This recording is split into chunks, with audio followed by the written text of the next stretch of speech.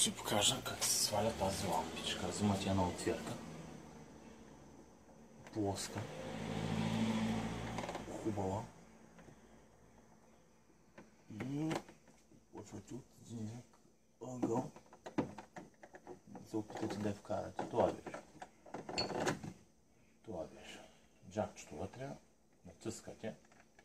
И изваждате. Това беше.